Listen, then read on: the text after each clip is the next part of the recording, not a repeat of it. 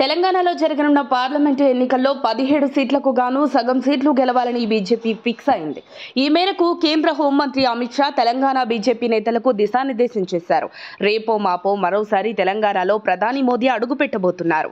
Assembly ఎన్నికల్లో అనుసరించిన వ్యూహాన్ని పార్లమెంటు ఎన్నికల్లో ఫాలో కానుంది. తెలంగాణలో బీజేపీ ఎంపీ అభ్యర్థులు ఖరారయ్యారు. మొత్తం 17 స్థానాలకు గాను ఇప్పటివరకు 15 పార్లమెంటు స్థానాలకు బీజేపీ అభ్యర్థులను ప్రకటించింది. అయితే ఈ నేపథ్యంలోనే 6 పేర్లతో ఎంపీ అభ్యర్థుల రెండో జాబితాను తెలంగాణ బీజేపీ విడుదల చేయగా అందులో 4 సీట్లు ఇటీవలే పార్టీ మారిన నేతలకు దక్కాయి.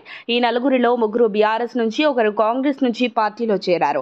జాబితా ప్రకటించిన 6 నియోజకవర్గాల్లో 2 ఎస్టీ రిజర్వ్డ్ నియోజకవర్గాలు కాగా 1 ఎస్సీ రిజర్వ్డ్ నియోజకవర్గం. భాజపాలో చేరిన వారిలో అజ్మీరా సీతారాం నాయక్, సైదిరెడ్డి, గోదాం నగేష్ ఉన్నారు. 72 మందితో విడుదల చేసిన రెండో జాబితాలో తెలంగాణ నుంచి 6 టికెట్ దక్కింది. మెదక్ పార్లమెంటు స్థానం నుంచి రఘునందన్ రావు, మహబూబ్ నగర్ నుంచి డీకే అరుణ, నల్గొండ నుంచి శానంపూడి సైదిరెడ్డి పేర్లను బీజేపీ ప్రకటించింది. అయితే మహబూబ్ నగర్ స్థానం కోసం మాజీ ఎంపీ జితేందర్ రెడ్డి సైతం పోటీ పడ్డారు. అయితే తన కుమారుడు మిథున్ రెడ్డికి మహబూబ్ నగర్ నుంచి ఎమ్మెల్యే సీటు ఇవ్వడంతో ఆయన ఓడిపోయారు. ఆదిలాబాద్ సీటును గోడం నగేష్కు ఇచ్చారు. ఈ సీటును రాథోడ్ బాపురావు, రమేష్ రాథోడ్ కూడా కోరారు.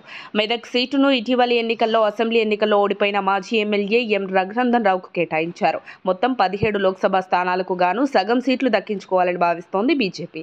మహబూబ్ నగర్ నుంచి డీకే అరుణను ఎంపీ అభ్యర్థిగా ప్రకటించడంతో మనస్తాపం చెందిన జితేందర్ రెడ్డి బీజేపీలో కొనసాగుతారా, కాంగ్రెస్ గూటికి చేరతారా అనే చర్చ సాగుతోంది.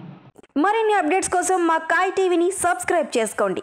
మా వీడియో కనుక మీకు నచ్చినట్లయితే లైక్ చేయండి, షేర్ చేయండి. మీ విలువైన అభిప్రాయాలను కామెంట్ బాక్స్లో తెలియజేయండి.